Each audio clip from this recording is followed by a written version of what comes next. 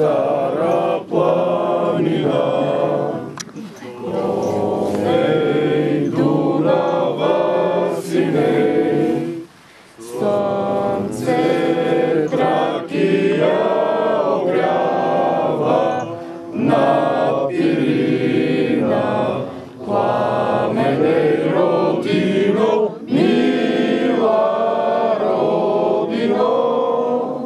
Ти си земен рай,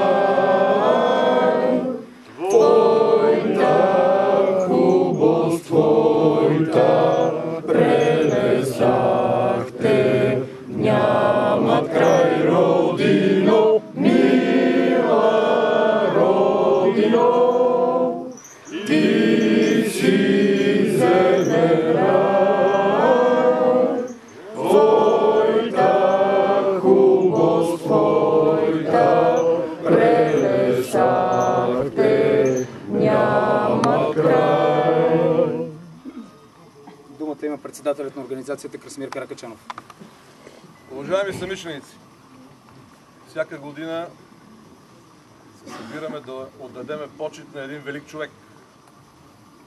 Един човек, който със своя живот и със своята кръв пишеше историята и на Македония, и на България, но той пишеше и европейската история.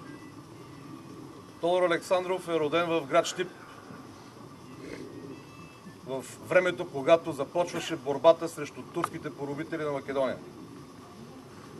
Завършва педагогическото училище в Скопие и става български учител. Но само няколко години по-късно той зарязва училището, за да използва друго средство за тази борба.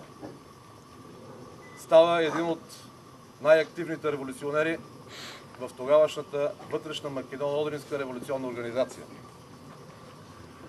След 1907 година, когато загива Мише Развигоров, когато е убит преди това и големият водач Даме Груев, именно Тодор Александров се появява на политическата сцена и със своите усилия успява да запази организацията и тя продължава своя славен ход напред. По време на Балканските войни и на Първата световна война Тодор Александров заедно с десетки хиляди членове, войводи и обикновени четници на ВМРО в състава на 11-та пехотна македонска дивизия върват начело преди българската армия и освобождават голяма част от градовете на Македония. След войните, когато Македония е разделена и когато голяма част от българското племе е потопено в една покруса, когато турското робство е заменено с по-страшно сръбско и гръцко робство, когато това, което сме преживяли под турците, е блед спомен само, когато новите поробители забраняват всички училища, сменят имената на хората и започва един масов геноцид, именно Тодор Александров е онази личност, която застава начело на ВМРО и повежда организацията в нови битки. Той е човека, който на два пъти изправя ВМРО на крака. Той е човека, който на два пъти повежда нейните безстрашни отряди срещу по-страшните поробители, сърбите и гърците. И това не трябва да се забравя. Защото Македония беше не само под турско робство. Тя беше под страшното сръбско робство, които последици наблюдаваме все още. Тодор Александров не беше само голям войвода. Той не беше само войн. Той беше и мъдър политик. С него се съобразяваха всички български правителства и всички български царе, които по това време управляваха Фердинанд и след това Борис. Но той беше и човек, който имаше своето място в европейската политика. Защото за него британската енциклопедия написа: това е некоронованият цар на българите от Македония. Когато го питат английските журналисти от вестник Таймс за какво се бори ВМРО. Той казва, ние се бориме за свободата на Македония. Добре, а какви хора живеят в Македония?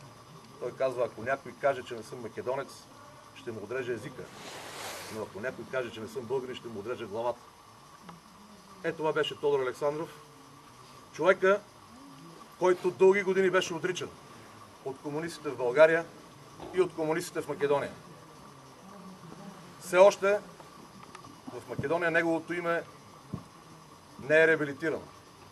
Все още там за него се говори като за човек, който едва ли не е направил нещо лошо.